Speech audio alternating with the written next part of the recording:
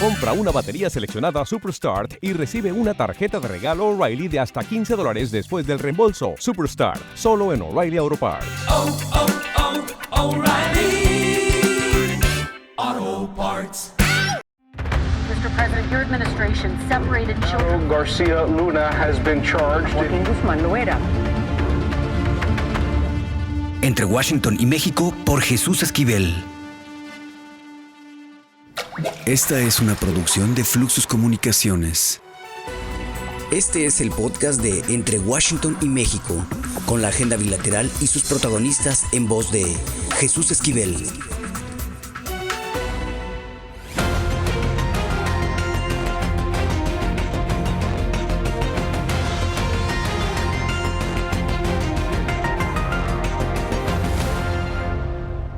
¿Qué óboles? Bienvenidos a Entre Washington y México. Le agradezco mucho a Eduardo Bojorquez, director de Transparencia Mexicana, que nos dé estos momentos para platicar, porque acaban de sacar un informe sobre el índice de corrupción en el caso de México. Y dice este reporte que México obtuvo 26 puntos de 100 posibles y ocupa la posición 140 de una lista de 180 naciones. Eduardo, gracias por estar en Entre Washington y México, y te preguntaría, ¿qué pasó? ¿Por qué estamos en ese lugar 140 de 180 países? Al contrario, Jesús, el agradecido soy yo por estar en este podcast que sigo. Mira, creo que lo que tenemos que ponernos es en agosto de 2024 para entender cuáles son las claves, cuáles son los elementos que llevaron a esta caída. El índice de percepción de la corrupción lo que mide son tendencias, no responde a un evento específico o a un escándalo específico, y para integrarlo tenemos 13 fuentes independientes de información que se consolidan en un solo dato y que cubren un periodo que va de 2022 a 2024. Entonces, me pongo en el último momento de la medición, agosto de 2024. Lo primero que había, Jesús, es incertidumbre, ¿no? Sí. Se había anunciado el Plan C, el Plan de Reformas Constitucionales, pero no teníamos seguridad, certeza de qué significaba la reforma al Poder Judicial, la desaparición de los organismos constitucionales autónomos y otras reformas que se preveían. ¿Te acuerdas que se hablaba de 12 reformas constitucionales que iban a ser discutidas en un periodo de un mes? Y esa incertidumbre, a nivel de analistas de riesgo país, analistas financieros, mujeres y hombres de negocios, comunidad internacional, la incertidumbre nunca sale bien, ¿no? Porque no sabemos aún, yo me atrevo a decir aún, qué va a pasar en junio con la elección de los jueces y si eso realmente va a terminar siendo positivo para la vida de las personas que vivimos vivimos en este país. Otra cosa que pasó y es muy importante, y tú conoces muy bien la materia, es que no ha habido semana en los últimos 3 años en la que no tengamos algún tipo de investigación periodística, revelación, si quieres filtración, uso político electoral del un tema delicadísimo, que es la penetración del crimen organizado a las estructuras gubernamentales en México. Ya fuera en voz del propio expresidente López Obrador, que acusaba de corrupción y de captura del Estado a la Suprema Corte de Justicia de la Nación, o en voz de la oposición diciendo, ¿no?, que había elementos para afirmar que había un narcogobierno. Tirios y troyanos, Jesús, las dos partes han acusado a la otra de estar involucradas de una u otra forma con el crimen organizado y todavía más a nivel de gobiernos estatales y municipales. Entonces... ¿Me permites, Eduardo? Claro. Me gustaría, esto se me hace muy importante. A nivel gobierno municipal, es innegable que el crimen organizado, los cárteles, tienen controlados muchos de estos gobiernos en toda la República, e incluso pues hay por ahí información respecto al caso de gobiernos estatales. pero a nivel federal no se ha demostrado nada. Y mira, no estoy defendiendo a nadie, que quede claro, pero me parece que esa percepción de que había cooptación se generó a raíz del famoso saludo que le hizo el expresidente López Obrador a la mamá del Chapo. Correcto. Pero eso no demuestra nada y no se ha demostrado nada. Totalmente de acuerdo, pero en términos de los índices de percepción, Jesús, ¿no? La opinión pública nacional e internacional registra que hay algo, ¿no? Te acordarás, por ejemplo, de las movilizaciones en el Zócalo, ¿no? Donde había coreos, ¿no? Alrededor de la idea de narcogobiernos. Efectivamente, en términos duros, objetivos, no se ha acreditado nada y en eso coincidimos tú y yo, pero en términos de percepción, agosto de 2024, hay ruido, ¿no? Y ruido, y ruido. Y eso lo que va afectando es justo la percepción que tienen quienes hacen análisis, quienes interpretan estos temas y van acumulando un caudal de elementos, algunos bien soportados y con evidencia, otros que es en base a información que se conoce a través de los medios o incluso, como dices, a propaganda, ¿no? O al uso político electoral de una fotografía o de algún otro tema, pero van conformando la percepción que se tiene del país. Si le agregas los casos de corrupción que no se sancionaron, nada más para cerrar ese componente, tienes ¿no? Odebrecht, o sea, tenías los heredados y los nuevos, Jesús, ¿no? Sí, claro.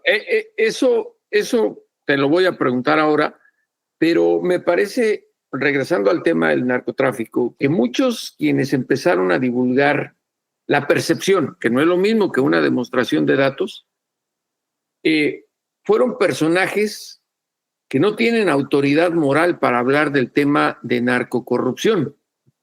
Y me refiero a gente que estuvo en los gobiernos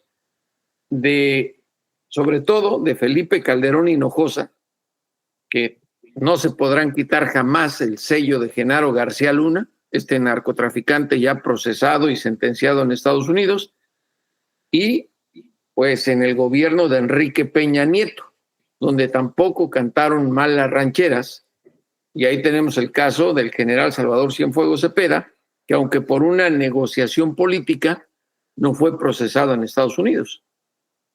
Justamente, yo creo que eso es parte de lo complejo de este fenómeno, ¿no? Que los analistas, los ciudadanos, abrevan de fuentes confiables y no confiables, Jesús, ¿no? Ese es parte del problema que tenemos en la infodemia en estos días, ¿no? Tú estás saturado de información y para muchas personas, y me incluyo, a veces es difícil discriminar, ¿no? Si lo que estás leyendo en una página editorial realmente representa lo que está ocurriendo o es una opinión, ¿no? Y se hace pasar por análisis sobre temas más estructurales. Justo ese es el tema y es la razón por la cual contrastamos estos datos internacionales con lo que están viviendo las personas en México. Es algo que nos resulta pues, de ética y responsabilidad a nosotros como organización. Entonces nos pusimos a ver, por un lado, qué perciben las mexicanas y los mexicanos.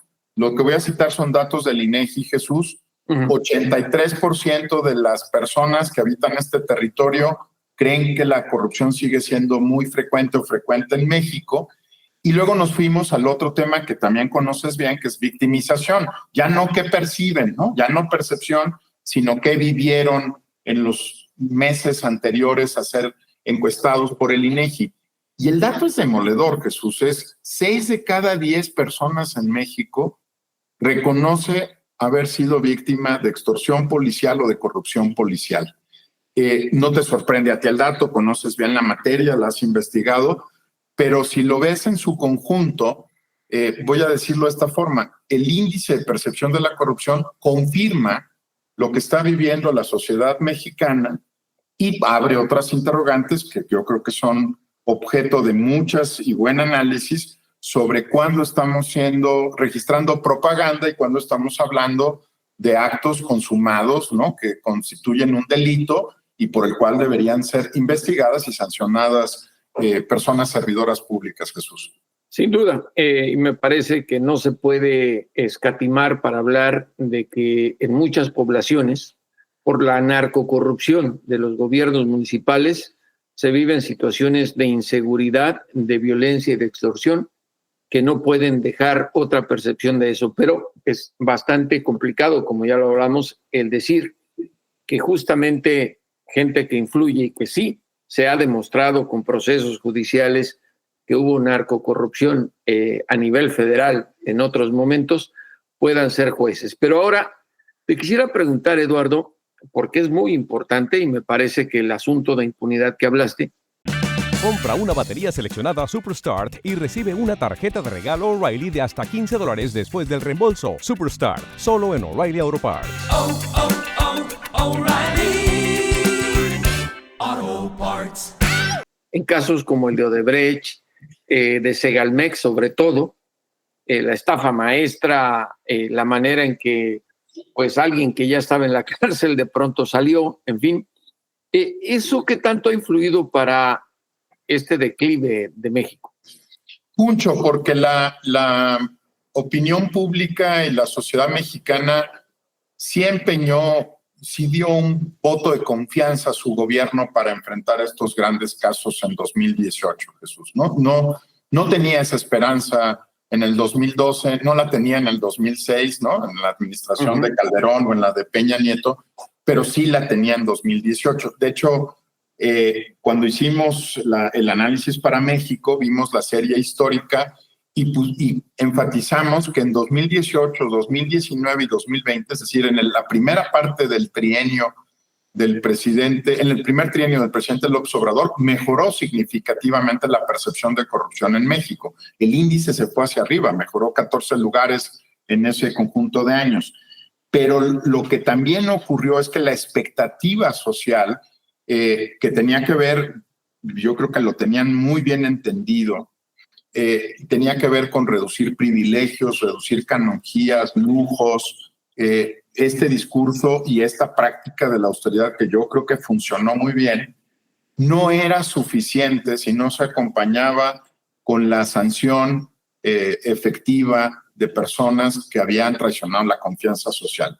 Los mencionamos por casos, pero tú lo sabes muy bien, o sea, la sensación es que Lozoya, ¿no? Con un brazalete electrónico, pues sigue haciendo lo que quiere, ¿verdad? Y que jamás devolvieron al pueblo lo robado, Jesús, ¿no? Si tú ves la estadística del Instituto Nacional para devolverle al pueblo lo robado, recuperó, yo sé que es un tema más técnico y más complejo, ¿no? Porque en realidad no es dinero robado, pero recuperó 500 millones de pesos, ¿no? Y cuando ves las acusaciones de las que hemos estado hablando históricamente en la prensa o en las campañas, pues se habla de miles de millones de pesos. Sí. Entonces no guarda proporción, ¿no? Agronitrogenados, incluso con la oferta, te acordarás, ¿no? Que hizo el propio Emilio Lozoya al decir, yo les ofrezco mi casa y 2 autos que tengo ahí estacionados, ¿no? Sí. Pero la acusación es por otro monto. Entonces, este tema de impunidad, como bien lo dices, pues sí generó un efecto en la percepción nacional e internacional, porque no es solo la parte de especialistas o de encuestados a nivel internacional, sino que también en la opinión pública en México se mantiene. Y mira que es bastante complicado el asunto porque tiene una especie de espejo de lo que ocurre en Estados Unidos, y me refiero por los acuerdos de cooperación, ¿no? En el caso de Emilio Lozoya. Aquí en Estados Unidos, aun cuando es muy conocido y tenemos la experiencia en México, de que a criminales, asesinos confesos, se les perdona por la cooperación que dan al gobierno de Estados Unidos, y aunque hayan cometido delitos que no pueden ser más graves que los asesinatos, pero por ejemplo haber metido tantísima droga en el caso de narcotraficantes de Estados Unidos y que eso haya conllevado a la muerte de muchas personas, al final de cuentas están hasta libres. Y me parece que eso es lo que estamos viviendo en México con estos acuerdos, ¿no? Como en el caso de Lozoya. Sí, y de hecho, jurídicamente, sabes que no soy abogado y no, pero lo tengo que decir en esos términos. En materia de corrupción, no está autorizado no autoriza el Código Penal a tener estos acuerdos que se llaman en la legislación mexicana criterios de oportunidad. Sí, sí.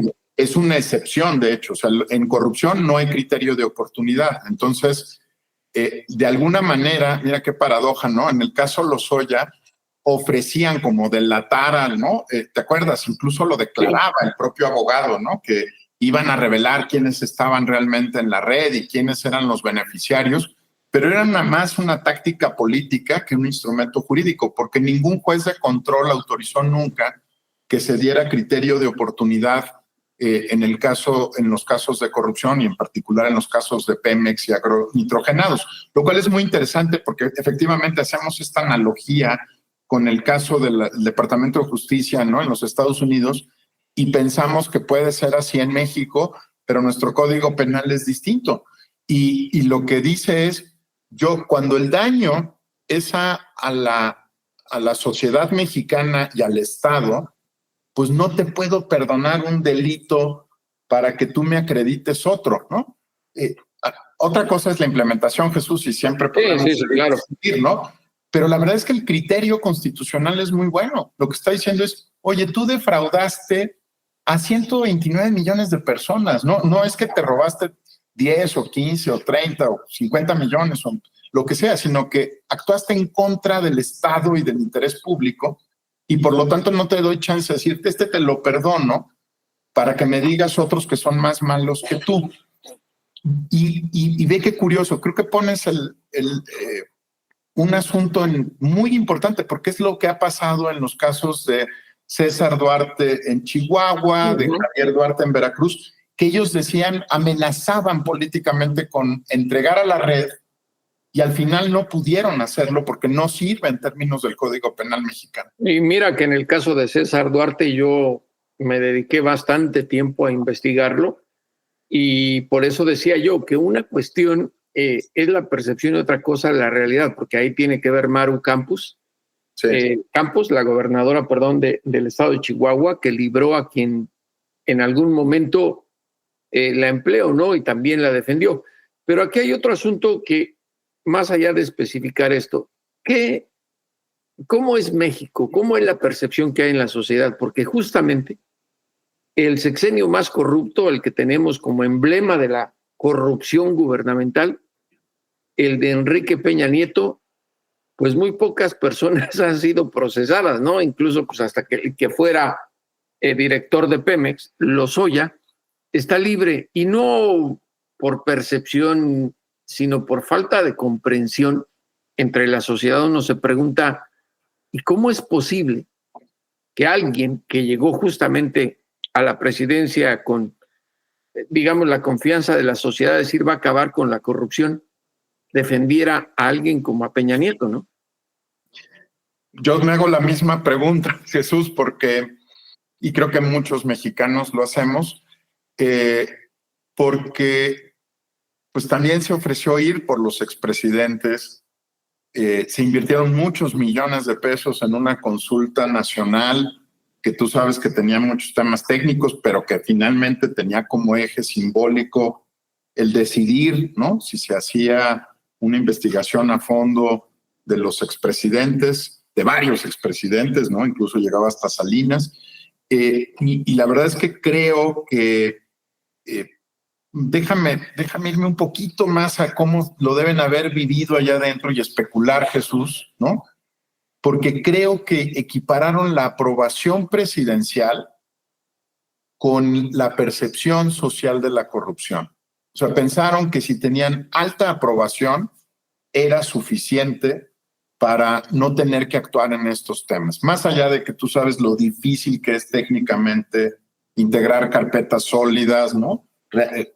Como dice la frase muy clásica del grupo, los grupos en el poder en México, se me acusa de corrupto, no de bobo, ¿no? Uh-huh. Y son delitos muy bien planificados, con asesores técnicos y muchas cosas. Creo que sí creo que hay que tener mucho cuidado porque tenemos una sociedad que es cada vez más sofisticada en lo que entiende. Entonces puede decir, a mí me gusta el presidente López Obrador y apruebo su gestión, pero eso no quiere decir que haya resuelto el problema de la corrupción, ¿no? Sin duda. Yo creo que eso es lo que estamos viendo, ¿no? Que desde la lógica gubernamental equiparaban aprobación presidencial con aprobación de la gestión en temas como seguridad, como corrupción, y perdieron una oportunidad de un enorme apoyo social alrededor de ellos. Pues Eduardo, muchísimas gracias por esta muy enriquecedora conversación, y ojalá por el bien de los mexicanos, y sabemos que toma tiempo erradicar la corrupción a todos los niveles y más a nivel municipal, esto llegase a cambiar, porque de lo contrario seguiremos no solo con la percepción dentro de México, en el extranjero, siendo señalados como un país altamente corrupto. Te agradecemos estos minutos entre Washington y México. No, al contrario, muchas gracias a ti y es un gusto poder conversar con alguien al que uno lee. Un abrazo, Eduardo. Un abrazo de vuelta, Jesús. En Fluxus transformamos tu marca con publicidad exterior. Contamos con espacios en transporte público, espectaculares y ubicaciones estratégicas para maximizar tu visibilidad. Crea experiencias inolvidables con nosotros. Contrata espacios exteriores. Fluxus.com.mx. Lo importante es leer. Con Fernanda Álvarez. Y bueno, como cada semana, aquí en Entre Washington y México, los libros no faltan. Tampoco el té, el cafecito y a veces el vinito. Por eso está aquí ya con nosotros Fernanda Álvarez, porque lo más importante es leer. ¿O no, mi querida Fer? Así es, querido Jesús. Aunque sean 5 minutitos al día, todo suma para salirnos de esta realidad. Siempre suma. Sí, siempre suma. Y yo traigo 2 libros. Ahora? Pues mira, uno sí con un vino, cae muy bien, que es una novela de Miriam Toews. Ella ya ha sido publicada en distintas ocasiones por Sexto Piso. El último había sido un libro que se titula Ellas hablan y tiene que ver con con vidas de mujeres y su paso por la maternidad, ¿no? Y este nuevo, que es una novela que se titula Pequeñas desgracias sin importancia, es una novela, yo creo que es muy dulce y dura también. Es la historia de unas hermanas que se apellidan. Pero sí tiene importancia. Sí, sí tiene importancia porque nos pone en un lugar como de análisis, ya sabes, como de reflexión. ¿Qué haría una, no? ¿O qué haría uno si se encuentra en un lugar así? Porque Jolie, que es la narradora principal, es una de las hermanas, es la menor, siempre ha sido como más escandalosa, ¿no? Está en proceso de divorcio, es escritora, entonces tiene 2 hijos adolescentes, no sabe muy bien qué hacer con ellos, va y viene, como la oveja negra, muy entre comillas, y también la vida de su hermana Elfie, o Elfrieda. Y ella es una pianista súper exitosa, con un marido que la adora, pues que podríamos pensar que tiene todo en la vida y sin embargo lleva varios intentos de suicidio. Y es aquí donde nos encontramos con ella, ¿no? Con Elfriede yéndola a visitar al hospital, tratando de insuflarle vida, ¿no? De darle motivos para demostrarle que vale la pena seguir viviendo y que tiene ella una vida espectacular, ¿no? Y sin embargo, Elfie siempre se siente como un piano de cristal, ¿no? Y su temor es que si lo toca se desbarate. En ese idas y vueltas, en estas pequeñas, ¿cómo se llaman? Pequeñas desgracias sin importancia, es donde nos situamos en esta novela que es cándida, pero dolorosa, pero te hace reír también, porque no es una novela agotadora emocionalmente, sino todo lo contrario, con una ligereza que nos va transportando a la vida de estas mujeres, a esta infancia también en una comunidad cerrada, menonita, exigente, en la cual al principio Elf pues es la que siempre está tratando de romper con estas ataduras, con estas formas de ser, con estas obligaciones, ¿no? De ser mujer, de estar en casa, de no tener derecho a estudiar, a, por supuesto, tocar el piano, irse de casa. Bueno, eso era terrible y sin embargo él lo hizo, pero ya cuando crece algo pasa en su vida que no le permite continuar con ese motor de vida, ¿no? Entonces, en este punto de reflexión con esta copa de vino es como nosotros nos ponemos a leer esta novela. Por eso se requiere la copa de vino. Exacto. Y el otro es otro tipo de libro, pero creo que también es muy idóneo para estos momentos de vida. Este sí, con un tecito para la tarde o para el día o para dormir. Se titula La vida minimal, es de Pedro Campos. Él toda su vida hizo marketing, ahora está más enfocado en el wellness, en la meditación, en el bienestar. Y este libro de La vida minimal a mí me gusta mucho porque no tienes que leerlo de una sentada, puedes ir y volver todo el tiempo de tu vida.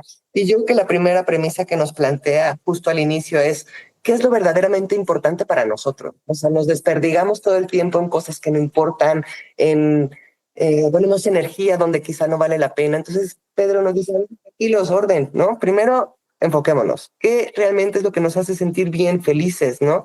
¿Cuál es nuestro concepto del éxito? ¿Qué sí nos gusta hacer, qué no? ¿Cuáles son puros compromisos que no nos interesan, ni nos llenan, ni nos aportan, ¿no? Sin embargo, insistimos en estar ahí. Y tiene unas ilustraciones que él mismo hace que son muy bonitas. El libro está muy bonito en sí mismo como objeto.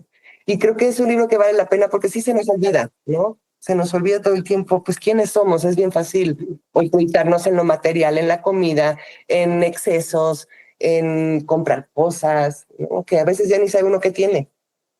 No, y te enfocas muchas veces en tu trabajo y cuando estás en una reunión con amigos o familiar, y mira, te lo digo por experiencia, hablas, pues pareciera que como si te estás hablando a ti mismo y de pronto alguien te pone en la realidad y te dice, hey, el mundo está en otro lado y la vida también. Claro, ¿dónde es lo importante? Mira, tiene una frase al final del libro muy bonita que dice, una vida simple no es una vida sin problemas, sino una vida con mejores problemas. ¿Qué tipo de problemas quieres enfrentar? Y sí es cierto, ¿no? O sea, a veces estamos peleando por cosas que dices, pero a mí ni me importa esto, ¿por qué estoy discutiendo, no? Y donde los vínculos, pues es lo que nos da vida, lo que nos mantiene, lo que nos sostiene, ¿no? Y además, muchas veces esos pequeños detalles o cosas insignificantes tienen un peso importantísimo para seguir adelante. ¿Ya ven por qué es indispensable, Fer, y lo más importante es leer aquí en Entre Washington y México? Ay, muchas gracias, Jesús. Pues sí, de verdad que la vida minimal, y yo que en estos momentos de tanto ruido externo, darnos un segundito para pensar, claro, ¿qué es lo que me importa? ¿Quién soy? ¿Dónde estoy parada? ¿Me interesa esto? ¿Este es mi camino? ¿Esto sí, esto no? Creo que es importantísimo, ¿no? Aislar ese escándalo que está, pues sí, cruzando nuestro propio cuerpo, ¿no? Ya lo saben, los libros, el tecito y hasta un vinito con Fernanda Álvarez aquí cada semana en estos capítulos de Entre Washington y México. Mi querida Fer, un beso. Igual, Jesús. Hoy también participó mi perro, como escucharon, así que sigue opinando al respecto. Y también lee tu perro. Eso, también. Abrazo, Fer. Otro para ti, Jesús. En Mint by Fluxus producimos publicidad en video para redes sociales. Contenido fresco, eficiente y con una alta calidad, desarrollada 100% con nativos digitales. Impulsa tu marca. Visítanos en fluxus.com.mx.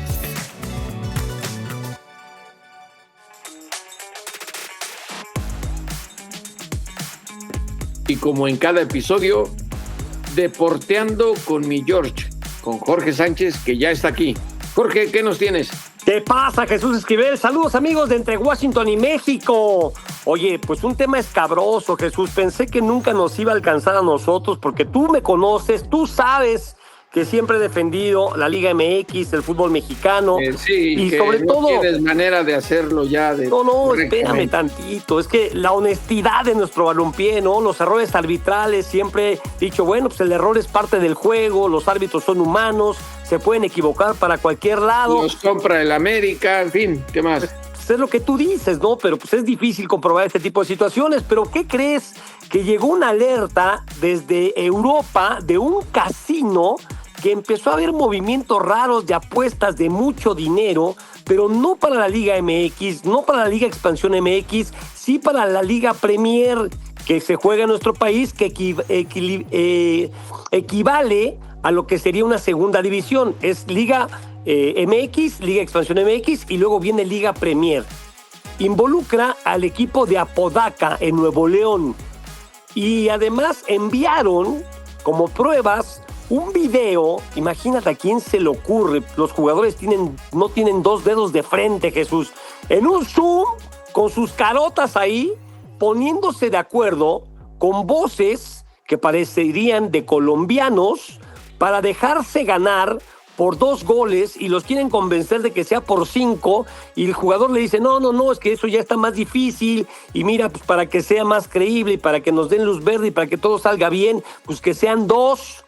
Y luego mandan el link del partido y el primer gol es un rebote del portero, así como que tú dices, a ver, méteme el gol. Y luego el segundo, pues el defensa queda parado. O sea, de verdad que la liga ya en este momento ha tomado cartas en el asunto a nivel de su departamento jurídico. Por lo pronto, el equipo de Apodaca ha separado a los jugadores que aparecen en ese video. Siguen las investigaciones internas con el club. Correcaminos ha hecho lo propio con el jugador que también aparece en ese video. Ese jugador de Correcaminos ya es de Liga Expansión MX. El profesor Héctor Hugo Ewi, que es su actual director técnico, me comenta que pues, platicaron con el muchacho, él niega absolutamente todo, pero pues ahí está su carota en el video, ¿no? Entonces, revisaron si tendría algún nexo con el equipo de Apodaca, porque él juega, insisto, en expansión en Correcaminos. Por lo pronto también está separado, y bueno, pues menudo lío tiene la Liga MX o la Federación Mexicana de Fútbol, para ser exactos, la Liga MX no, la Federación Mexicana de Fútbol, porque es una liga que está avalada por la Femex Food. Entonces, Jesús, pues sabíamos que tarde que temprano podía ocurrir, sobre todo que ahora el mundo del deporte en general, pues está rodeado del tema de las apuestas. Sí, digo que ha sido un asunto que a nivel internacional incluso ha provocado expulsiones de jugadores, suspensiones a equipos. En fin, ojalá el maestro Eugui, que se hizo en el Toluca, el mejor equipo en esos tiempos, ya el Toluca ya no existe, es igual también de malo como la liga y la selección y todo lo demás, pero Eugui en su momento fue un jugadorazo. Sí, ojalá pudiera agarrar a cachetadas, aunque sea a ese corrupto. Y sabes que me dice, no sabes qué buen muchacho, es de mis mejores jugadores, pero pues caramba, pues ahí está en el video, pues cómo lo defiendo, ¿no? O sea, ¿cómo le haces? Entonces, pues estamos esperando noticias para ver qué hace la Federación de Fútbol, porque es un tema muy preocupante. Ahora, más preocupante es, Jesús, cuando en tu Liga MX, el dueño de una casa de apuestas, ¿sabes cuál es? La de Tijuana, es propietario de 3 equipos, 2 en Liga MX y 1 en expansión. No, es que en la Federación Mexicana de Fútbol todo puedes esperar. O sea, de verdad, limpios no tienen ni los zapatos. Es muy triste, pero pues sabíamos que podría pasar, ¿no? O sea, no mete las manos al fuego por nadie, lo difícil es comprobarlo, pero aquí te repito, llegó desde Europa el link del partido y además un video que ya empieza a circular por todos lados, donde aparecen las caras de estos jugadores que han sido separados del conjunto de Apodaca, Nuevo León, y también del jugador de Correcaminos, así que es muy triste. Oye, nada más para rematar lo del INAI, ¿no? Y la extorsión que declaró también la Federación Mexicana de Fútbol, fueron a pagar las multas o a negociar las multas que les había impuesto el INAI por los famosos datos que sacaron de los aficionados para el Fan ID, ¿te acuerdas? Sí.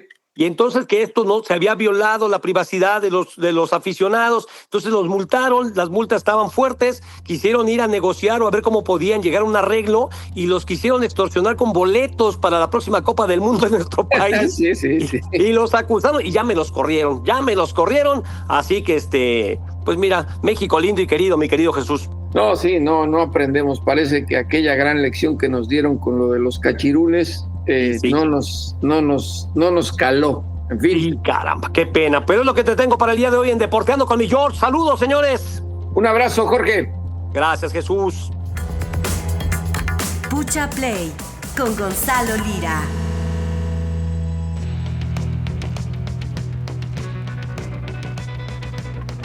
Y ya está aquí con nosotros Gonzalo Lira Galván y su Pucha Play.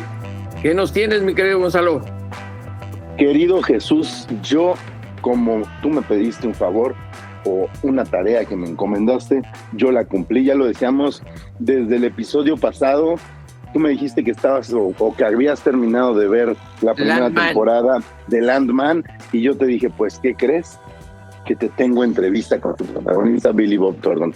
Así que pues, un actorazo, un actorazo, varias veces ya nominado al premio de la Academia, no solo como actor, sino también con una interesante carrera en la dirección, y que estrena esta serie que nos pone de frente una frontera donde los personajes se vuelven muy complejos porque las situaciones que viven son muy complejas. Sabemos que la frontera México-Estados Unidos tiene sus diferentes tonalidades, sus diferentes complicaciones, y que por lo mismo todos quienes crecen por ahí y se involucran con sus dinámicas, pues tienen que terminar siendo igual de complejos. Landman es la historia de este personaje que interpreta Billy Bob Thornton, que hace las veces como de un mediador entre las autoridades,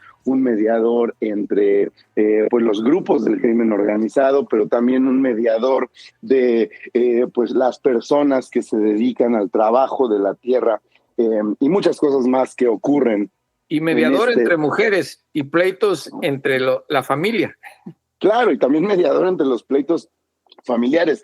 Y fíjate que es bien interesante. Pero porque... Gonzalo, si me permites decir algo, y tú me dirás, me parece que esta serie a mí me llamó la atención por una cosa. Creo que expone claramente en la época de Donald Trump cómo el estado de Texas es otro país dentro de los Estados Unidos como nación, y la industria petrolera, los grandes billonarios de Estados Unidos, son artífices de toda artimaña de corrupción habida y por haber. Hacia allá iba precisamente, dentro de todas estas complejidades que involucra pues la frontera. Estamos situados en un lugar que es como una especie de caldo de cultivo, de punto de ebullición, donde bien lo dices, los personajes más poderosos son quienes tienen el control del petróleo. Y para ello, pues sabemos que el petróleo sale de la tierra y que muchas veces esa tierra no le pertenece a las grandes corporaciones cuyas intenciones son explotarlas. Y aquí es donde entra a negociar este personaje. Platiqué, como te decía, con Billy Bob Thornton, y esto fue lo que me contó sobre darle voz, darle su piel a un personaje como el que protagoniza la serie de Landman, y su gusto por este tipo de personajes impredecibles y también de alguna forma imperfectos. Es interesante porque a mí me gusta interpretar personajes complejos. No me gusta interpretar a agentes sin contrastes. No puedo ser solamente bueno o solamente malo. Este personaje vive en un mundo que lo tiene agotado.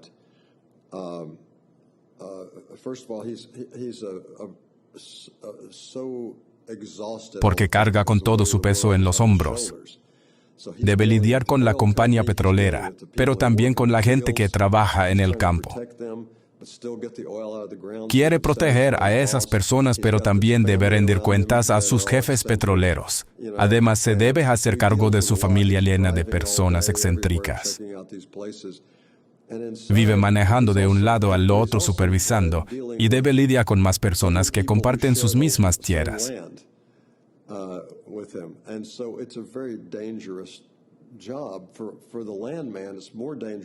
Esa es la parte peligrosa del trabajo. Debe lidiar con los carteles que quieren adueñarse de esas mismas tierras.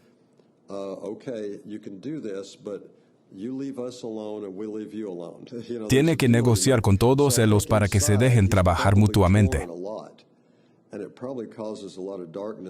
Eso lo tiene un poco roto por dentro y le provoca mucha oscuridad interna. Esto lo tiene cuestionándose todo el tiempo si está haciendo lo correcto, por donde lo veas. Por un lado trabaja para una corporación, pero también mantiene una relación con personajes desagradables. Todo esto mientras se hace cargo de una familia que ama. Le toca vivir todas las emociones humanas. Ese es el tipo de personajes que me gusta interpretar. Pues ahí lo tienes, Jesús. Personajes que tienen que ocultar su bondad o de alguna forma ocultar su maldad, ya sea que no sabemos qué es lo que predomine, pero complejizarse y de alguna forma convertirse en una especie de camaleón que debe de estar saltando entre el bien, entre el mal, o incluso, como creo que ocurre en este caso como espectadores, hacernos preguntar si realmente existen estos conceptos, el bien y el mal, o realmente todos tenemos un poco de todo, y en situaciones pues donde la presión es tal como la de Landman, pues simplemente tenemos que agarrarnos de lo que tengamos a la mano y pues subirnos a nuestro macho y hacer la chamba. Me parece muy reveladora la serie, obviamente tiene unas partes que son demasiado ficcionadas, como el tema de los cárteles mexicanos. Si no, no sería ficción. Pero a mí me parece, insisto, que este desconocimiento que se tiene fuera de Texas y fuera de Estados Unidos sobre la industria petrolera en este país queda muy clara. Además de la gran actuación de Billy Bob Thornton, me parece que ahí hay personajes de sobra que están por llenar espacios, nada más, incluida Demi Moore, pero otros de los dos grandes que me parece están ejerciendo un papelazo son el ingeniero que vive con él, su hijo y el abogado que también vive con él. Sí, y creo que hay que darle su tiempo. Recordemos que las series de repente tienen estos personajes que parece que no van hacia ningún lado, pero que pensando en el gran arco de la historia, muy probablemente veremos cómo se van involucrando entre el teje y maneje de las aventuras y desventuras que le ocurren a su personaje principal. Pues ya lo veremos y ojalá nos dé sorpresas la segunda temporada de Landman.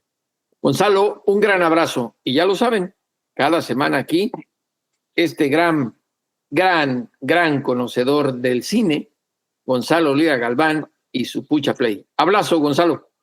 ¿Qué te tomas, Jesús? Abrazo de regreso. Ya pronto te cobraré ese dicho de ¿qué te tomas? Yo sé que así sea. Y ahora sí, a los criminales y a los políticos, ojalá nos devuelvan al México que nos arrebataron. Hasta la próxima, aquí en Entre Washington y México, el podcast. Esto fue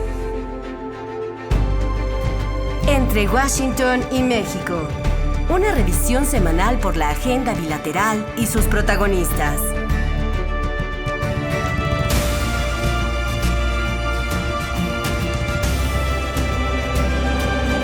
Entre Washington y México. Esta es una producción de Fluxus Comunicaciones.